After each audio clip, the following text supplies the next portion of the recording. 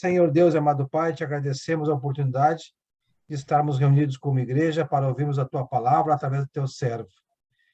Nos dê sabedoria, entendimento da tua vontade, nos ajude no dia a dia, nas provações, nas tentações, nas coisas ruins que nos acontecem, nos mantenha no caminho, esteja conosco, sabemos que o Senhor quer o melhor dos seus filhos. Em nome de Cristo que a gente ora e agradece. Amém. Amém. Amém.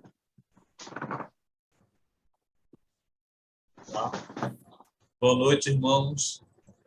O nosso estudo está no livro de Gênesis, capítulo 39. A gente vai voltar lá no capítulo 37, final do capítulo 37, só porque o final dele aí a continuação vai ser o capítulo 39. No final do capítulo 37, no versículo 36, entre mentes, os midianitas venderam José no Egito a Potifar, oficial de Faraó, comandante da guarda. Aí finalizou o capítulo 37 nesse versículo aí, né? Aí depois voltou com uma parte da história de Judá, né? E agora a gente vai voltar para essa parte aí da continuação da história de José. Vamos analisar esse versículo. Quando se fala do Potifar, nas traduções atuais sempre aparece ele como oficial de Faraó, esse versículo 36. Mas nas traduções antigas, né, a corrigida, no lugar de oficial de Faraó, tá eunuco de Faraó. Aí nas traduções atuais da Bíblia, colocaram oficial de Faraó. Aí eu fui atrás do escrito original, no hebraico, né? E no hebraico, a tradução desse oficial de Faraó é realmente eunuco de Faraó. Então, provavelmente, esse comandante, Potifar, ele era castrado. Ele era castrado. Entendeu? Essa era uma dúvida que eu tinha, eu fui pesquisar, e realmente, na tradução antiga, no hebraico, essa palavra oficial é eunuco. Eunuco. Provavelmente ele era o braço direito do Faraó, e ele era, digamos assim, a pessoa que tinha acesso a tudo dele, né? Era da guarda pessoal do Faraó. Então, ele era um homem da confiança de Faraó e era um homem, provavelmente pela tradução, ele era um castrado. Essa informação é importante para a gente entender o desenrolar da história, né? Outra informação importante não está registrado aqui na Bíblia, né? Mas nesse período em que José chegou no Egito, havia outros povos que também já estavam ali procurando por terras, por sustento, né? Já havia outros povos. Um desses povos, talvez não há uma origem certa deles, né? Mas provavelmente sejam semitas, né? É o povo Iquiso. E esse faraó, que está no momento governando o Egito, quando José chegou no Egito, ele é de uma linhagem semítica. de um povo Iquizo que estava dominando o Egito nessa época. Essa informação é importante porque permite entender por que José cresceu tanto e chegou ao ponto, lá na frente, de ser um governante, né? Porque esse faraó ele não era exatamente do povo originário do Egito, era de um povo estrangeiro, e devido a isso ele deu espaço para que José crescesse, né, no Egito. São dados assim importantes, né? Então esse faraó, né, que governava o Egito na época que José chegou lá, ele não era exatamente originário do povo originário egípcio, e sim um estrangeiro.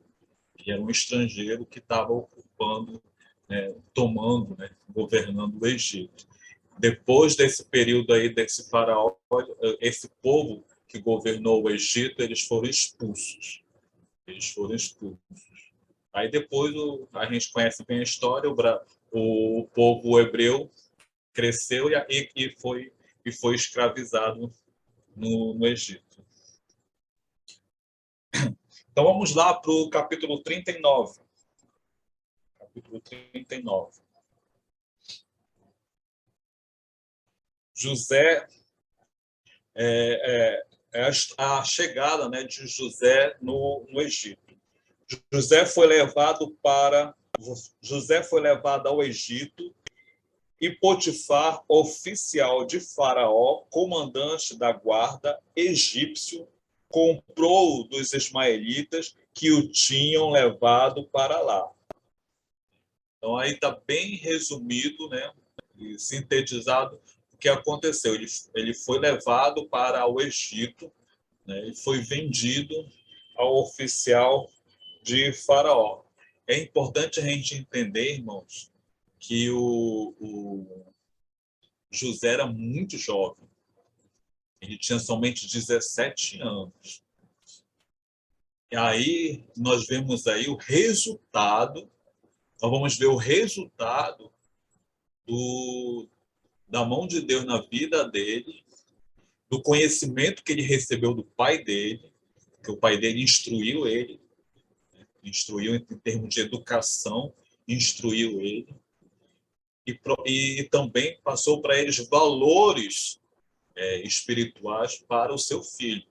Essa base de formação moral, espiritual, a gente vai ver o resultado disso na vida de José no momento que ele chega no Egito. Porque agora, nesse momento, ele já não tem mais a proteção do pai dele, né? A proteção, o amor do pai dele. E então aí agora ele está sozinho. Ele não tem recursos. Ele está sendo vendido como escravo. E não tem ninguém por ele. Então não há ninguém por ele, não tem recurso, muito jovem, diferente da história dos seus antepassados, né? De Abraão, Isaac, todos eles tinham recursos, todos eles migravam para outros lugares, mas migravam como? Com recursos, né? Com uma grande família, com um número grande de servos. Nesse momento, José está totalmente diferente de tudo o que aconteceu com seus antepassados. Ele simplesmente não tem nada, nenhum recurso. Jovem, sozinho, e ele só podia contar com uma pessoa, com um ser na vida dele, que é o Senhor, que é o Senhor. Só Deus na vida dele. Ali ele estava totalmente nas mãos de Deus, porque ele não tinha nada a se apoiar. Só era ele e Deus. E aí a gente vai entender a importância de Deus na nossa vida, que só basta Deus em nossa vida para que tudo, para que a gente seja protegido e para que a gente seja cuidado. Então a gente vai entender um pouco uma das mais belas histórias da Bíblia, que é a história de José. Versículo 2. O Senhor era com José, que veio a ser homem próspero, e estava na casa do seu senhor egípcio.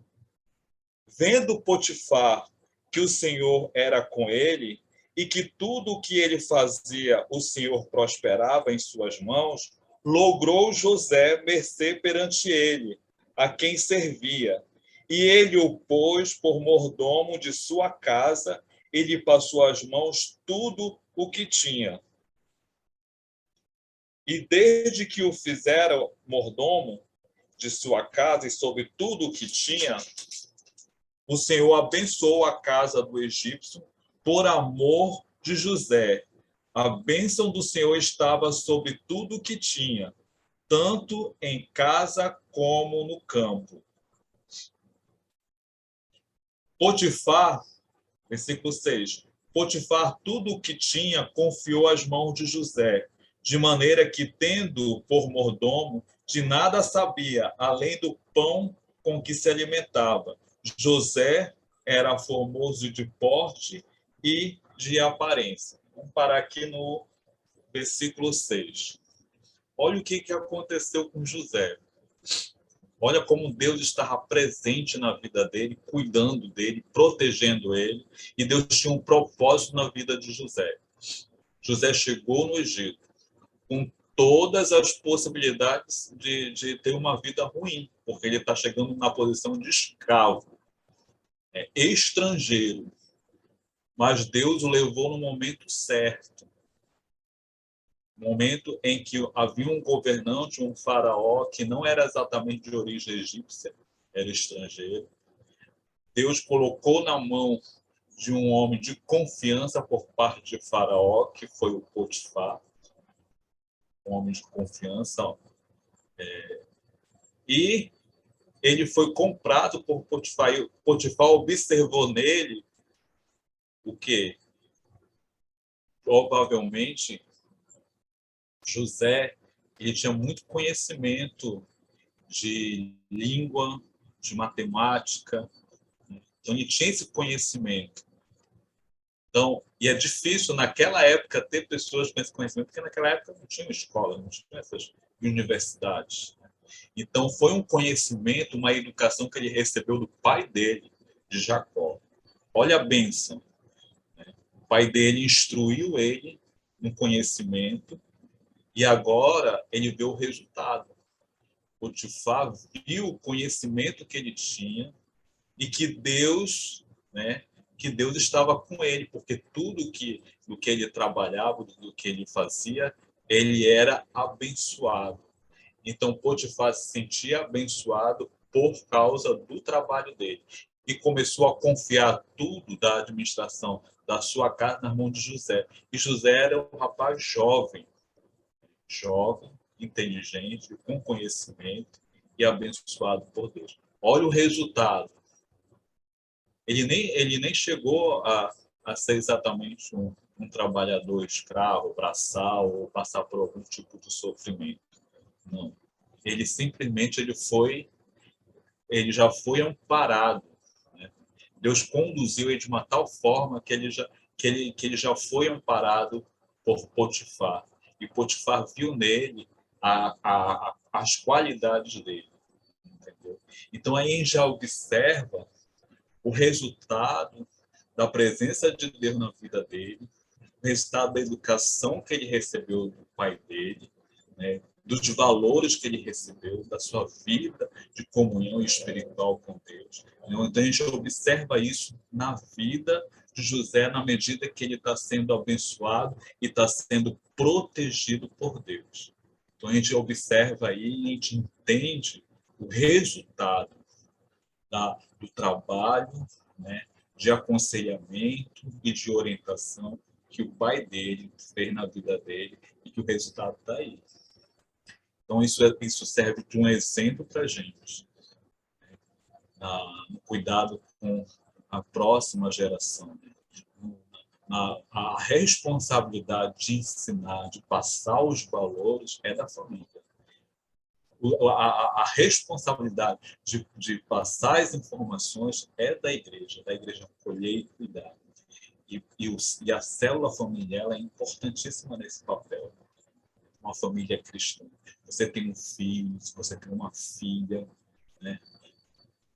Procure passar o máximo de valores, Procura investir no conhecimento do seu filho, que o resultado vem lá na frente. Foi isso que aconteceu. Jacó fez um trabalho excelente. Jacó fez um trabalho excelente. O resultado veio aí, com o filho dele, já jovem, administrando os bens do braço direito, né, do faraó. Olha aí, esse aí foi o resultado, esse aí foi a bênção, o resultado de uma boa educação que ele recebeu de Jacó. Mas isso, nós vamos ver o resultado ainda maior, né, desses valores, dessa educação, dessa vida de comunhão com Deus. Nós vamos ver agora um fato que aconteceu que vai revelar ao caráter, né, a personalidade, né, o amor que o José tem por Deus e a confiança que ele tem em Deus. Não há registro até o momento do José lamentando.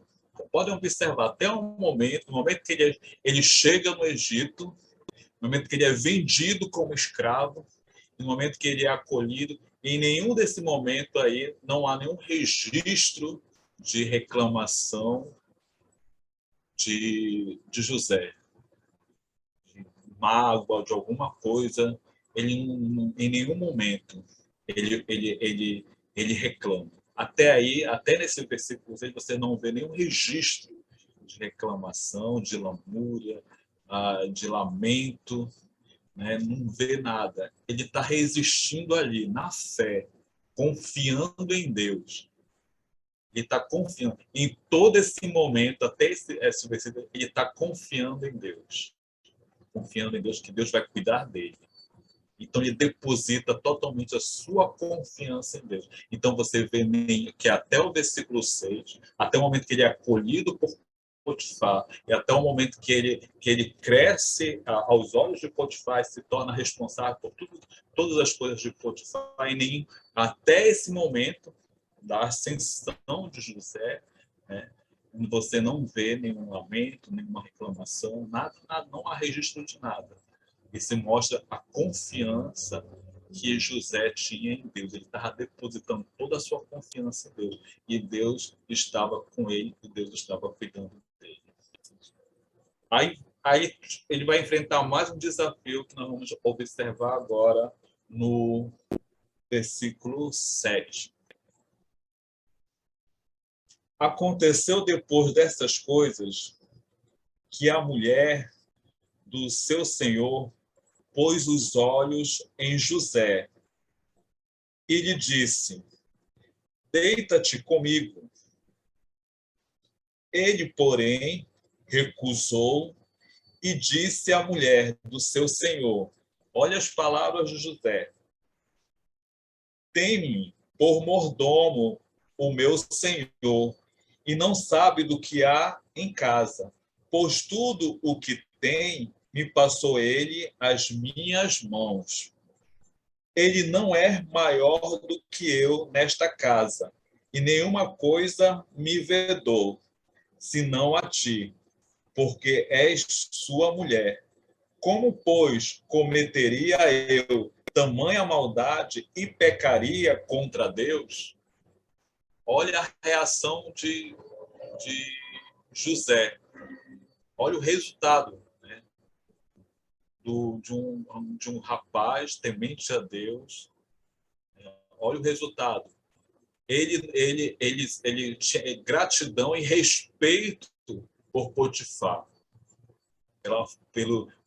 pela confiança que ele depositava em José. Olha que coisa bacana. Olha o resultado. A gente observa aí o caráter de José. Observa a responsabilidade dele, a forma honrosa com que ele trata o seu superior, o seu dono, responsável por ele. O respeito, entendeu? E mais ainda, já no final do versículo 9, Pois cometeria eu tamanha maldade e pecaria contra Deus? Olha o valor que ele dá a Deus, ao Deus dos seus antepassados. Olha o valor que ele dá, a importância que ele dá a Deus. Ele sabe que tudo o que aconteceu naquele momento, o amparo, o cuidado, tudo ele sabe que é a providência de Deus. Ele sabe que é Deus na vida dele.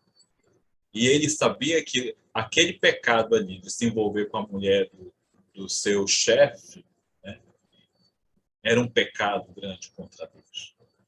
Ele tinha consciência disso. São valores, preste bem atenção, são valores passados do seu pai para... Foi a semente que seu pai plantou no coração dele.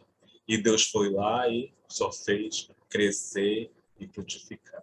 Deus agiu na vida dele através do que ele recebeu dos pais. Então, ele está valorizando todo aquele conhecimento, tudo aquilo que ele recebeu do seu pai, da sua família, ele demonstra aí nas atitudes dele diante da, da esposa de Faraó. Pode falar, Giovanni, depois eu continuo.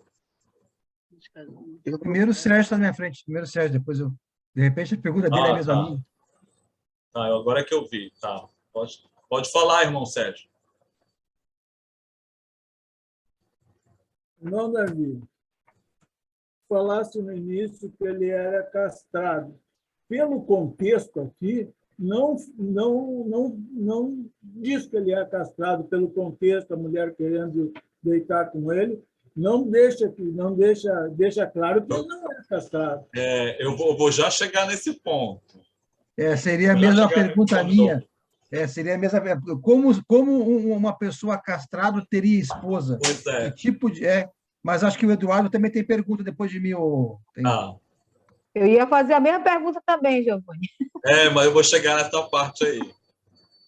Eu falei logo lá no início, para poder a gente entender como é a situação da mulher dele naquele momento. Por que ela botou, ela estava tentando seduzir José.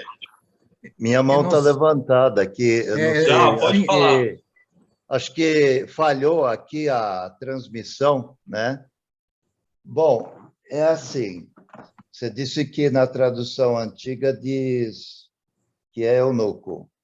Então, eu peguei a minha Bíblia em hebraico e eu fui olhar lá. E lá diz oficial. Então, mas eu tenho assim, escrito em hebraico a tradução embaixo.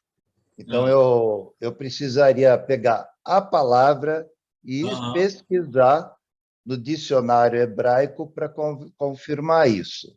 Então, vamos dizer, vou colocar na dúvida. Agora, eu tenho a seguinte observação sobre esse ponto.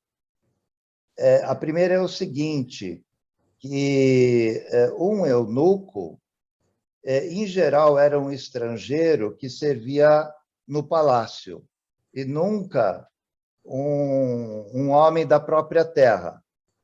Em segundo lugar, naquele tempo, os eunucos não tinham família.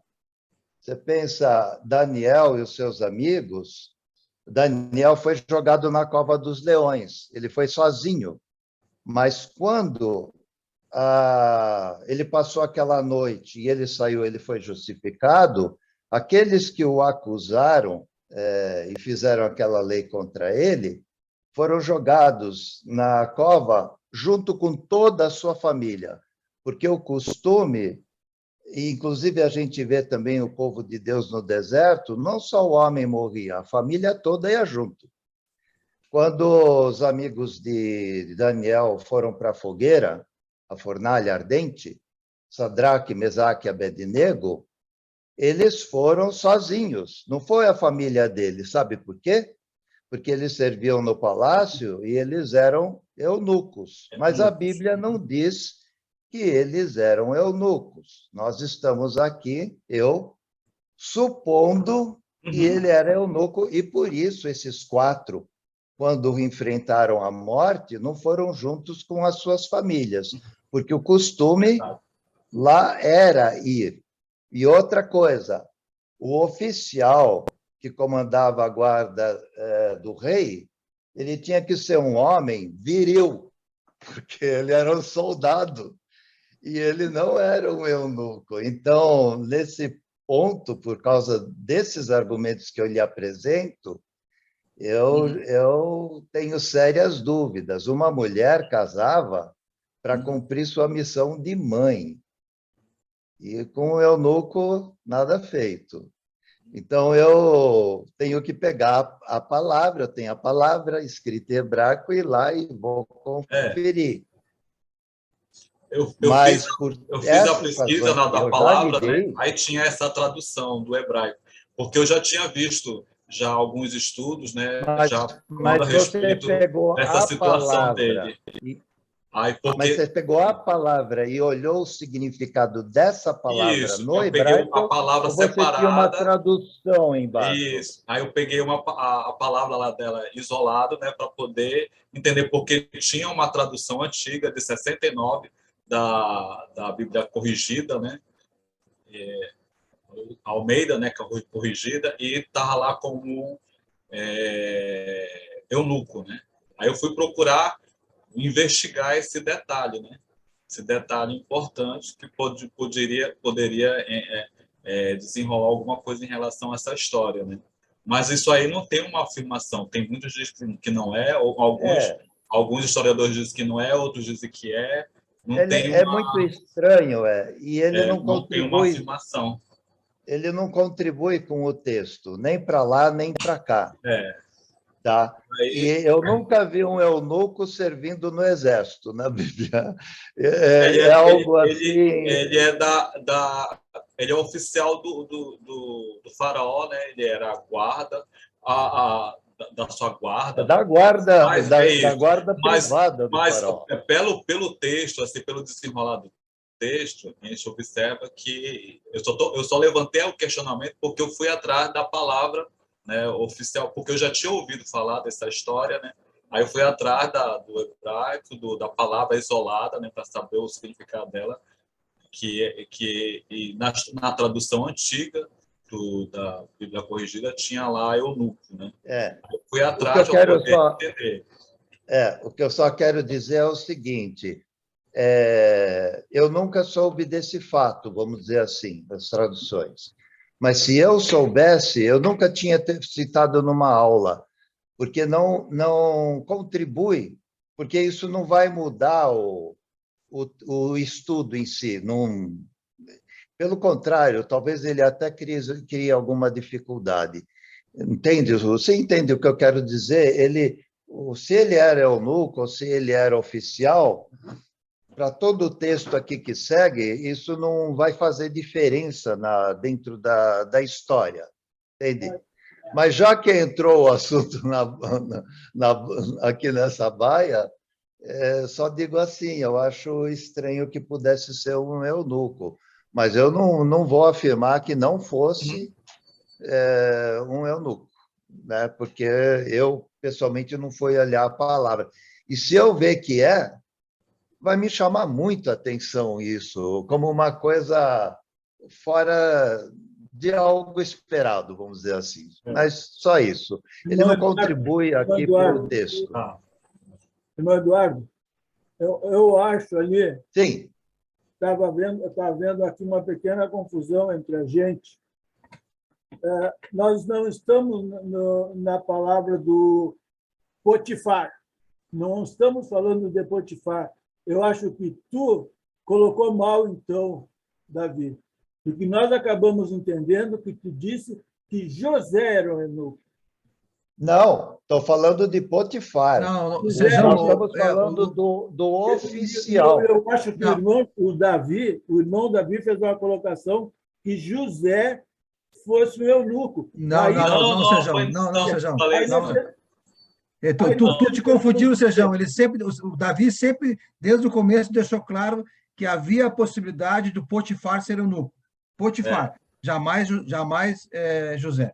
Talvez então, é isso que eu estou discutindo. Então, eu entendi mais, porque tanto é que eu me referi ao ponto de dizer assim, como uma mulher pode desejar um homem eunuco? Ah, entendi, entendi. Pois é, e vamos continuar.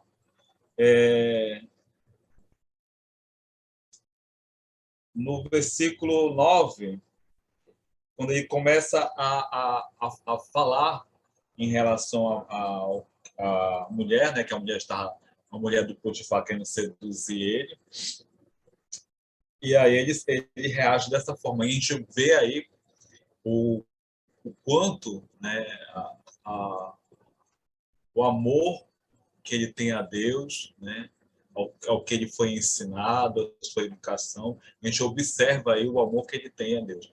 Por causa dessa reação dele, né, das palavras que ele usa, né, digamos assim, do respeito, né, que ele tem por Potifar, né, que não só acolheu ele, como valorizou o trabalho dele e fez com que ele chegasse a um ponto em que ele fosse responsável por tudo o que Potifar tinha.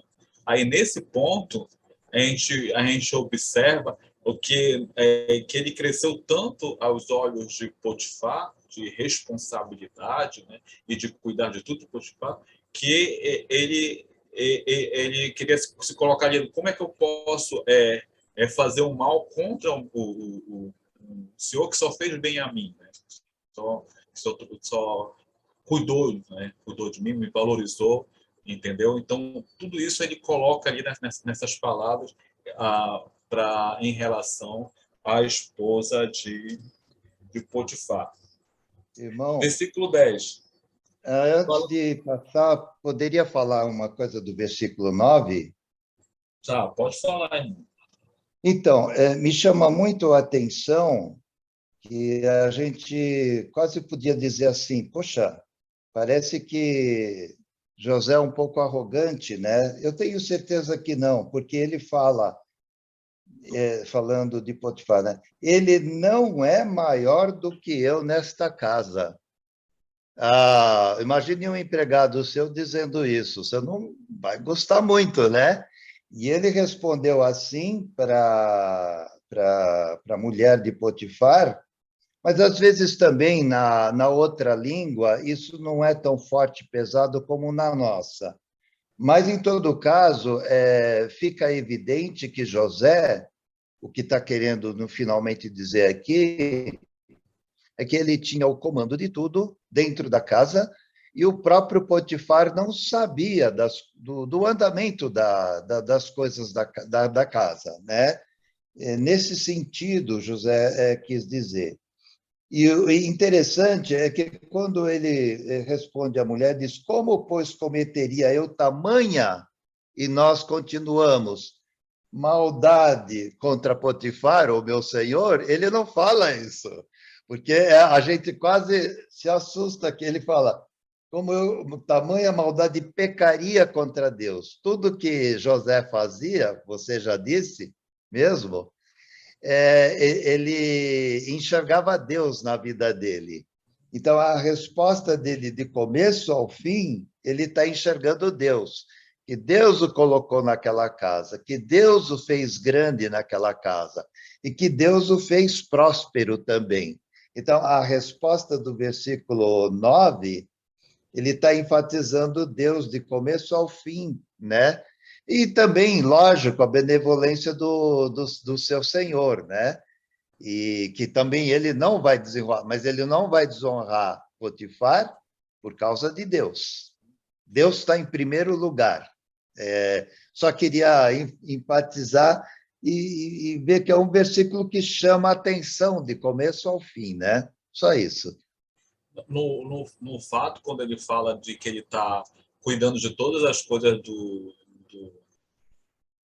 Potifar, não é uma questão de orgulho, é uma questão de que ele ganhou a confiança dele, né? Isso, Sobre a responsabilidade dele. Então, ele não fala isso, com orgulho, com prepotência ou com alguma coisa isso, assim. Não, simplesmente pelo fato de Potifar confiar nele, pelo trabalho que ele estava vendo, e ele é ciente de que Deus está agindo na vida dele.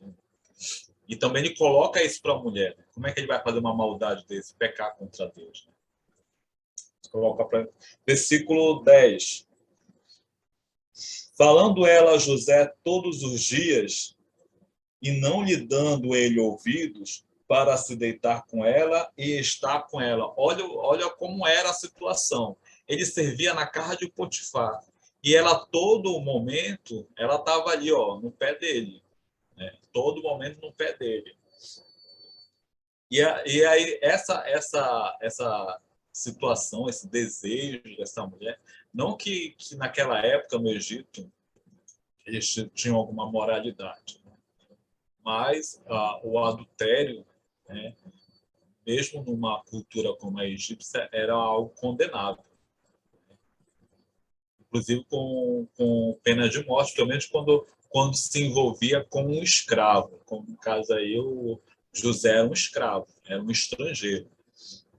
Quando vocês estudaram o capítulo 38, e Judá descobriu que Tamar estava esperando o filho, lembra o que ele falou? Pois que ela seja apedrejada. Aí, como eu estou falando... Então, existia, sim, a cultura moral da morte se adulterasse. Não, eu estou dizendo que a cultura deles é uma, digamos assim, mais libertina em relação ao que o próprio José estava acostumado pela origem dele, né, mas eles tinham esses códigos morais, tinham sim, e inclusive de penas de morte, caso um adultério desse acontecesse, que a gente vai observar mais lá adiante o desfecho dessa situação. Mas havia sim esse código, um código moral. Continuando. Versículo 11. Sucedeu que certo dia veio ele à casa para atender aos negócios, e ninguém dos de casa se achava presente. Aí, então, ela o pegou pelas vestes e lhe disse: deita-te comigo. Ele, porém, deixando as vestes nas mãos dela, saiu fugindo para fora. Deixa eu só fazer uma observação aqui.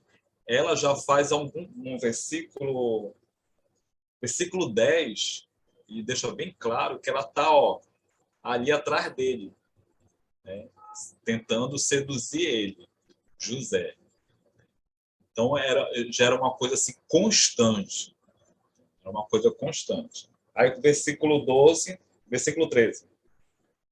Vendo ela que ele fugira para fora, mas havia deixado as vestes nas mãos dela, chamou pelos homens de sua casa e lhes disse: vede, trouxe-nos meu marido, este hebreu, para insultar-nos. Veio até mim para se deitar comigo, mas eu gritei em alta voz. Ouvindo ele que eu levantava a voz e gritava, deixou as vestes ao meu lado e saiu, fugindo para fora. Conservou ela junto de si as vestes dele, até que seu senhor tornou à casa. Então lhe falou segundo as mesmas palavras e disse: o servo hebreu que nos trouxeste veio ter comigo para insultar-me. Quando, porém, levantei a voz e gritei, ele, deixando as vestes ao meu lado, fugiu para fora. Tendo o Senhor ouvido as palavras de sua mulher, como lhe tinha dito, desta maneira, me fez o teu servo, então se lhe acendeu a ira. Olha o que vai acontecer. Ela atacou, na verdade. Atacou José. José fugiu, deixou suas vestes com ela, e ela, sabendo que poderia acontecer uma consequência, né, na ira dela, na raiva dela, pegou e denunciou José como se ele tivesse tentado fazer violentá-la, tentado fazer alguma coisa com ela, né? E contou isso a seu marido, né? Que é o Potifar. Mas vejam bem o que aconteceu aqui. Ele vai, claro, ele vai se irar com o que aconteceu, com o que aconteceu, mas olha o que vai acontecer. E o Senhor, cadê? E acendeu a ira. E o Senhor de José o tomou e o lançou no cárcere, no lugar onde os presos do rei estavam encarcerados. Ali ficou ele na prisão. Olha só, José, que a gente só pode supor, José, nesse ponto que eu vou contar aqui, José, ele tinha feito uma coisa muito horrível, assim, pela denúncia que a esposa de Potifar colocou. Fez uma denúncia horrível, uma tentativa de violência, e de uma violência, né? E por um escravo. Ele poderia ter sido morto, José. Morto. Por isso que muitos teólogos, historiadores, eles acreditam que o Potifar não acreditou completamente na sua esposa. Por isso que o José não foi morto. Por uma ação dessa, ele poderia ter sido morto. Poderia ter sido pegado em pena de morte por causa de uma ação dessa. Logo a esposa do seu chefe, né, do seu dono, José era escravo. Então, mas aqui não especifica, né, na palavra não especifica a conclusão por parte. Mas como ela era esposa dele e estava acusando ele, e ele era um escravo, a ação de Potifar foi lançar ele na prisão. Aí nós vemos a ação de Deus, né? A ação de Deus, inclusive na atitude do Potifar, de poupar a vida dele. Ele somente foi preso, porque nessa prisão Deus tinha um propósito na vida de José. Então, aí a gente vê toda a ação de Deus, Deus conduzindo tudo na vida dele. Porque numa situação dessa ele estava correndo risco de vida, mas Deus poupou a sua vida, né? Abrandou o coração do oficial, do Potifar. E ele foi lançado, como penalidade, ele foi lançado somente na prisão. O irmão Eduardo quer falar alguma coisa? Isso, eu queria ler uma passagem em Deuteronômio, no capítulo 22. Moisés escreveu isso uns 250 anos depois dessa história de José.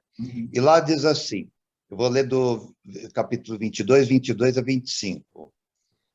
Se um homem for achado deitado com uma mulher que tem marido, então ambos morrerão. O homem que se deitou com a mulher e a mulher, assim eliminarás o mal de Israel. Se houver moça virgem, desposada, a noiva, né? Ou comprometida, e um homem se achar na cidade e se deitar com ela, então trareis ambos à porta daquela cidade e os apedrejareis até que morram. A moça, porque não gritou na cidade. Veja que a mulher de Potifar gritou, e ela enfatizou isso para o marido. Gritei, disse ela, né?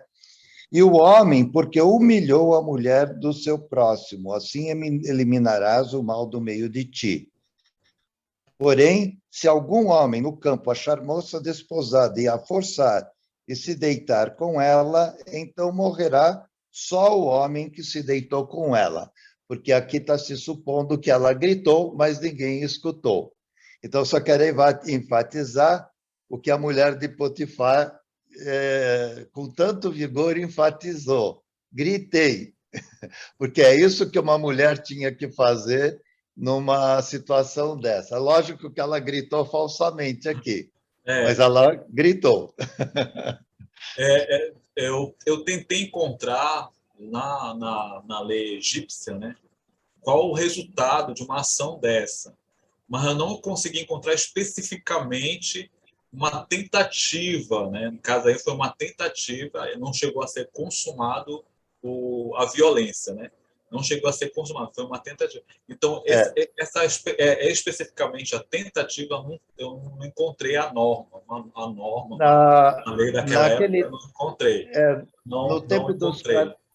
no tempo dos Não, patriarcas, mas o fato de um estrangeiro cometer uma violência dessa já era morte, já era morte, entendeu? Só no que tempo dos... Ah, especificamente a tentativa eu não encontrei uma nova, mas a gente pode supor, né, que seria o mesmo procedimento, né? Seria uma pena de morte. no tempo dos patriarcas, aquelas nações seguiam muito de perto as leis de Hammurabi, que eram as leis da Babilônia, que foram escritas, agora não me lembro bem, no ano 2300 antes de Cristo. Então, elas, culturalmente, na terra de Canaã e em outras nações, elas eram aplicadas, era o costume. Muitas das coisas que Moisés também escreveu, veja, Moisés aprendeu, foi educado na cultura egípcia. Então, isso que eu li aqui, ele provavelmente aproveitou, trouxe do Egito. Na verdade, Moisés era um egípcio falando hebreu. Ele também foi educado na religião egípcia, mas conhecia, por causa da Ele mãe conhecia dele, bem a a lei egípcia, religião o hebraica. Moisés. Ele conhecia, Isso. é um homem bem Então, isso que instruído. ele Ele era um escreve príncipe, né? não deve ser tão É, diferente do que é, dizia na lei egípcia. é. Então, Ah, mas eu só queria enfatizar o gritar a aqui, ação né? dela, né? A ação dela. É. Mas aí a gente observa o poder de Deus, né? O poder de Deus agindo na vida de Potifar, poupando a vida de José. Porque ali já seria o término da história de José. Numa situação dessa, já seria encerrada a história de José. Mas Deus, né, o seu propósito na vida de José, poupou a vida de José, e José foi lançado no cárcere. Aí, continuando.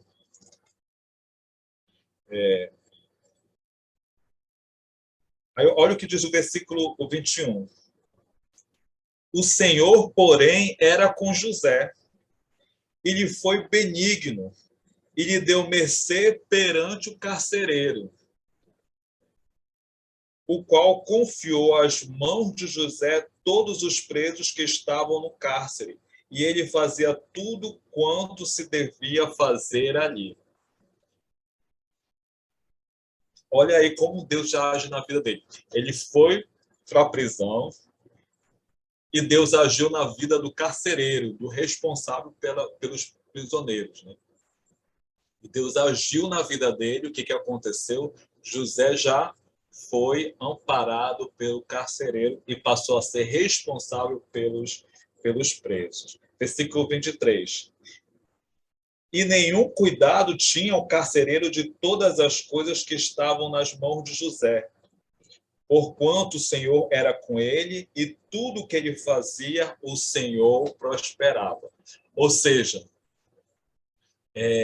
José foi lançado na prisão, Deus amparou. A primeira ação foi poupar a vida de José. José foi poupado a vida dele, foi lançado no cárcere, e no cárcere Deus cuidou dele, fez com que o carcereiro, né, visse nele, né, e cuidasse dele, e ele se tornou responsável pelos presos. Olha como é a ação e o poder de Deus. Mas sabe, irmão, eu vou já passar a palavra para você, Giovanni. Eu quero frisar uma coisa muito importante na nossa lição hoje. Os irmãos. Vocês vão ver o capítulo todinho, até o final agora no versículo 23, capítulo todinho do capítulo 39, né, até o final do versículo 23. você não vê nenhuma menção de José reclamando ou lamuriando, né? Ele, em todo momento da vida de José até aqui, ele deposita a vida dele nas mãos de Deus. A confiança dele em Deus é muito grande. É isso que chama a atenção nesse capítulo 39. É a confiança de José, o quanto ele confia em Deus. Quanto ele confia em Deus. Em nenhum momento ele está ali reclamando. Deus prosperou ele na casa do Potifar, ele foi injustamente acusado, ele poderia ter reclamado, ele aceitou calado. Ele era só um escravo. Ele aceitou calado e ele sabia que era uma situação muito difícil para ele, mas ele deixou nas mãos de Deus, e Deus o quê? Poupou a vida dele, foi lançado na prisão. Mas ele sabia que estava sendo injustiçado. Mas em nenhum momento ele se colocou contra a esposa de Potifar. Em nenhum momento. Ou quis se defender, ele simplesmente ficou calado.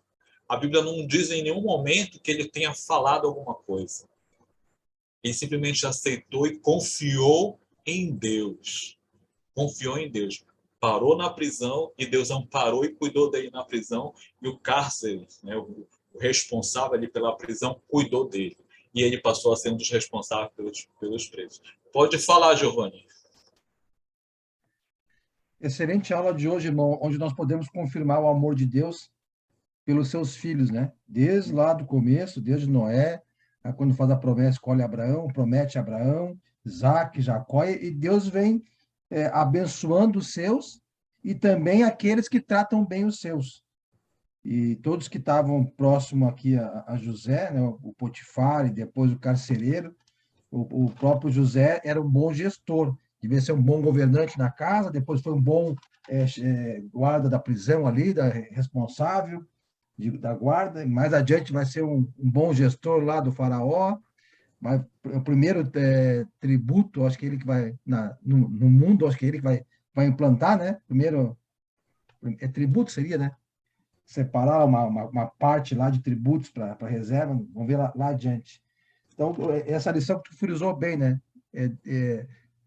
Quando nós buscamos a Deus de coração, embora venha todos os problemas, muitos problemas, provações, perseguições, e se não murmurarmos, não lamentarmos, Deus vai estar conosco, né? Até podemos lamentar, porque Deus, as lamentações de Jeremias, estamos aprendendo, podemos lamentar, mas jamais murmurar. Lamentar e confiar em Deus, né? Então, é um bom ensinamento esse de hoje. E vamos seguir aprendendo com José aqui. Obrigado, irmão. Era isso. Obrigado. Irmão Renato. Desde o começo da aula, capítulo 2, o Senhor era com José o tempo todo. Toda a instrução que ele tinha veio do Senhor, essa bênção toda dela do Senhor. Por que o Potifar lá não matou ele? Não foi por causa de regra daquilo ou de outro, porque Deus também estava com ele. Potifar viu isso no capítulo 3. No 5, confirmou o Senhor abençoou a casa do cara lá de Potifar. E depois, no fim, a gente vê, o capítulo termina dizendo isso. Deus era com José. Entendeu? Tudo esse plano aí já estava pré-escrito e não tinha jeito. Agora, quer que Deus seja conosco? É uma palavrinha pequena.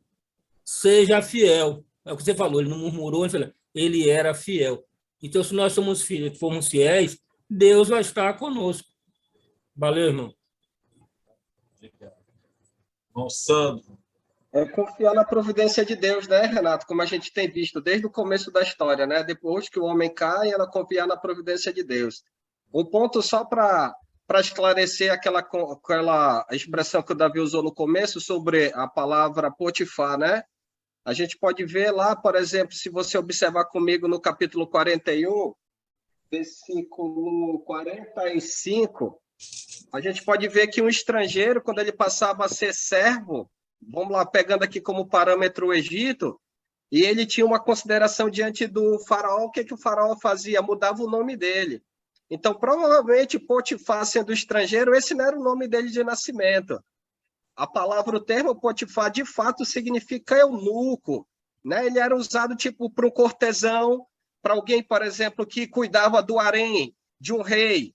Ele precisava ser eunuco. Esse mesmo termo no hebraico original significa, né, eunuco. Claro, a gente vai perceber aqui que esse homem, que é oficial do rei, ele era o comandante da guarda. Tanto é que acho que no 43 a gente vai ver José vai ser guardado na casa do comandante da guarda, ou seja, lá na parte de baixo, provavelmente da casa no Potifar, né? Então, só para ficar claro, é só uma questão. O fato de ele ser casado, como a gente também já viu, pode ser algo questão política, né? Uma questão política, independente da procriação. Se caso ele fosse, eu não estou dizendo que ele estou usando só o termo, explicando para os irmãos, se caso de fato ele fosse. Se você vê lá no 41, quando a gente vê o faraó mudando o nome de José, ele também dá uma mulher, ele não diz assim, não, eu quero que você escolha, não, ele diz, tu vai casar com a Bertana. Então, para ele, tanto faz como tanto fez. Ele ia justamente conceder aquilo que era a vontade dele. O oficial, no caso José, o próprio Potifar, ele recebia essa bênção, essa honra por parte de quem? Por causa do rei, no caso lá do faraó do Egito. Só para ficar claro, tá? A palavra em si significa, de fato, eunuco, mas pode ser utilizado para um oficial, um cortesão, para o chefe do açougue do rei, podia ser usado assim em termos etimológicos da palavra. Obrigado, Davi. Obrigado. Já... tem mais um aqui, que é o irmão Eduardo. Pode falar, irmão Eduardo. Então, em Romanos, capítulo 5, a partir do versículo 3, o apóstolo Paulo disse... Vocês estão me ouvindo bem? Não. Tá. Disse assim, e não somente isto, mas também nos gloriamos nas próprias tribulações, sabendo que a tribulação produz perseverança, e a perseverança produz experiência, e a experiência, esperança. Ora, a esperança não confunde, porque o amor de Deus é derramado em nosso coração pelo Espírito Santo que nos foi outorgado. Então, nessa história aqui de José, ele foi, como você falou, ele foi muito jovem para o Egito. E a gente vai ler nas histórias adiante, que os irmãos de José se lembraram como ele suplicou, como ele chorou na hora que eles venderam. Ele não queria ser vendido, não queria ficar longe da família. Ele não conhecia, de certa forma, mais ninguém, né? Não tinha outras famílias amigas, talvez. Então, era dramático para ele aquilo que os irmãos estavam fazendo. Por um outro lado, quando vai nascer os filhos de José, logo depois que ele é nomeado, nos 7 anos de fartura, diz assim em Gênesis 41, 50, antes de chegar a fome, nasceram 2 filhos a José, os quais lhe deu Asenate, filha de Potífera, sacerdote de On. José, ao primogênito, chamou de Manassés, pois disse, é o significado do nome, Deus me fez esquecer de todos os meus trabalhos e de toda a casa de meu pai. E com o segundo, chamou Efraim, o significado era Deus me fez próspero na terra da minha aflição. José sofreu como escravo no Egito, mesmo na casa de Potifar. Não que Potifar o tivesse maltratado, isso a gente não pode dizer, né? Mas sim, por ter ficado longe da família dele. Por que ele merecia esse castigo? né? Não seria assim que nós veríamos? Será que ele não fez essa pergunta? Por que aconteceu isso comigo? Deve sim ter. Ele era um jovem, mas ele foi, como dizem Romanos, ele foi ficando mais perseverante, ele viu que Deus era com ele foi crescendo, foi adquirindo experiência espiritual, experiência de vida com Deus, e depois de ter passado bastante tempo que se confirma essa prosperidade, porque Potifar não ganhou na loteria. A Bíblia diz que não foi do dia para a noite, nem de um ano para o outro. Então, porque Deus faz as coisas assim, de certa forma, ele faz um pouco velado. Mas até o próprio Potifar admitiu que Deus era com José, porque ele ficou rico, Potifar. Não Ele só o prosperou, Potifar, ele como não o tinha. carcereiro. Eles viram no José que ele tinha ali a presença de Deus na vida dele. Eles Sim, mas observaram isso. é. Então, mas eu estou falando na casa de Potifar. Então, porque esse caso, quando ele vai para o cárcere, já é um. Aqui, nesse capítulo 39, até ele ser nomeado vizir, é uma coisa que acontece num período de 20, 22 anos. Então, só o que eu estou tentando frisar é que nesse período ele passou 2 anos, 3 anos, 4 anos na prisão. A maior parte do tempo ele ficou na casa de Potifar. Então ele sofreu essa distância da família, ele se questionou, mas ele cresceu espiritualmente, até que ele realmente podia confiar plenamente, porque ele também viu que Deus era na vida dele e, de certa forma, como ele disse, quando nasceu o filho, Deus ajudou a esquecer a minha família, a mágoa, né, com a família, aquelas coisas que aconteceram. E ele chamou a terra do Egito de terra da minha aflição. Então, ele sofreu, mas ele aprendeu a viver com Deus, cresceu em Deus, adquiriu perseverança, experiência e confiança, finalmente, em Deus. Então, assim é na vida da gente. Ele não era necessariamente, digamos assim, é possível que ele estava magoado, que ele chorou, que ele reclamou, era justo ele reclamar de certa forma, mas ele foi crescendo no Senhor, até que ele finalmente adquire estatura espiritual, porque ele é um homem como todos os homens, né? E nós aprendemos através do sofrimento, é o que Paulo diz lá. O livro de Hebreus diz que o próprio Jesus foi aperfeiçoado pelas coisas que ele sofreu. Não que Jesus fosse imperfeito, né? Mas ele foi aperfeiçoado, segundo a vontade de Deus, pelo que ele também sofreu. Porque Jesus sofreu muito até, né? Foi traído por aqueles que ele amou. Então, José é o tipo de Cristo. Ele sofreu,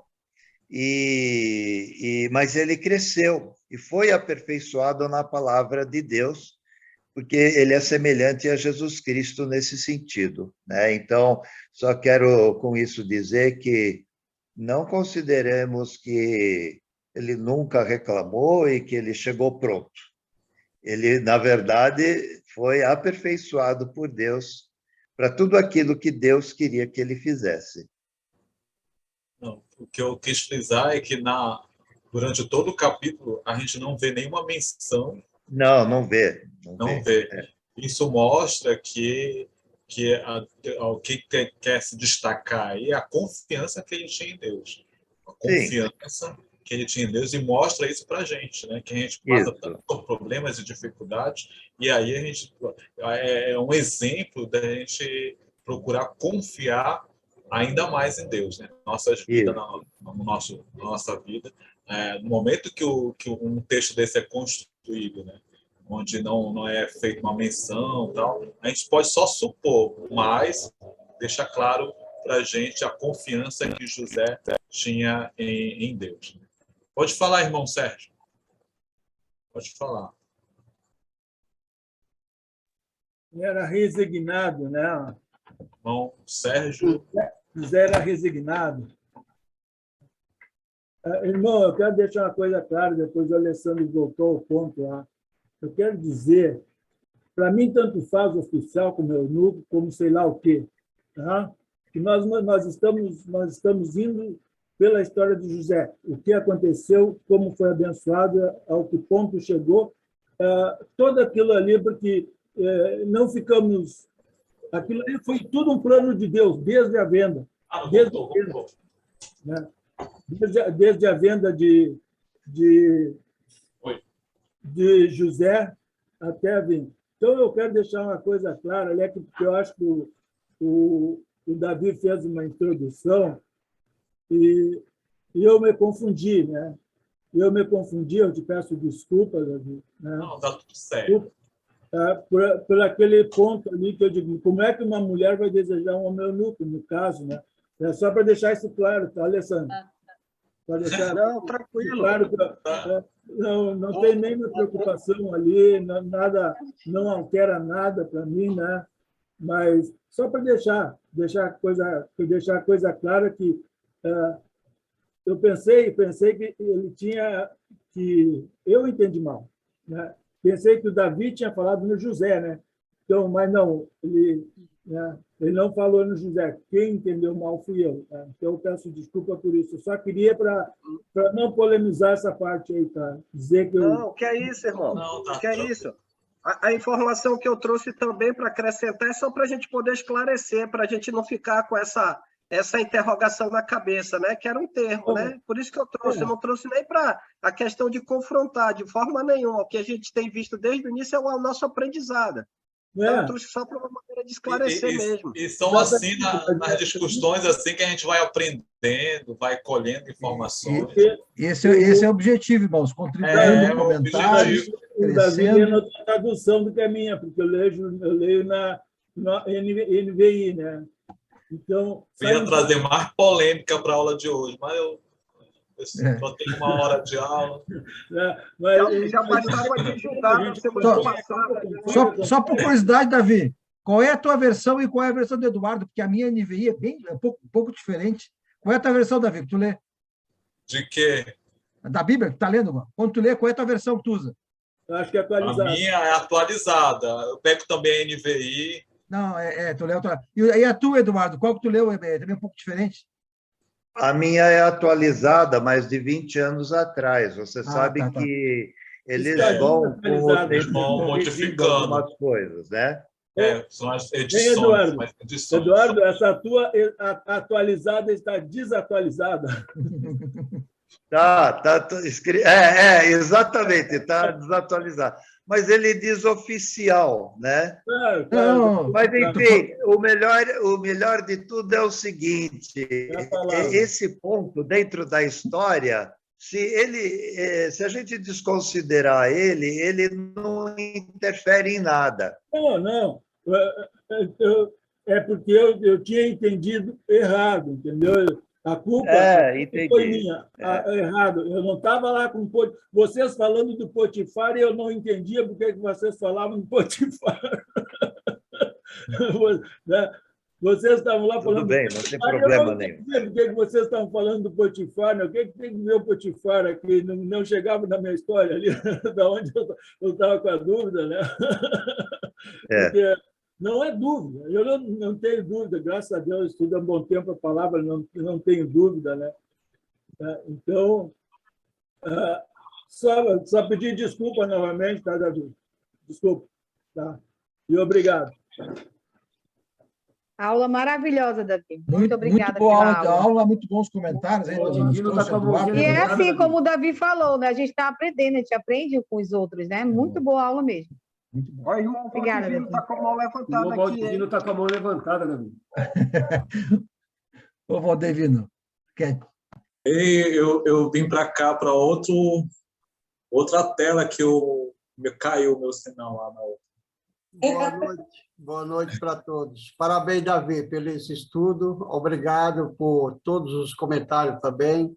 Foi um capítulo bem comentado, tanto é que o professor pediu para que nós lêssemos para poder entender mais e mais.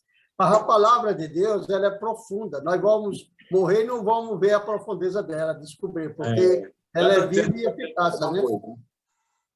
Obrigado, hein, Davi. Obrigado. Por isso Paulo chamou da multiforme sabedoria de Deus, né?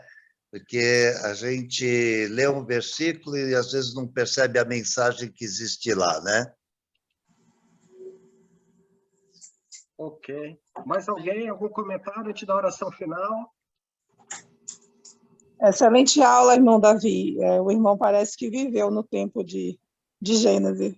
É muito explicada essa aula, excelente aula. Não revela a idade dele, não, de Dani. velho, Dani. Não é elogio, não. É brincadeira, Dani. Irmão Eduardo, oração. Sou eu que faço a oração, né? Posso fazer a oração? Pode. Já, irmão, já sim. Tá bom, vamos orar então. Senhor, nosso Deus e Pai, queremos agradecer, Senhor, por essa aula, pelo que nós pudemos aprender.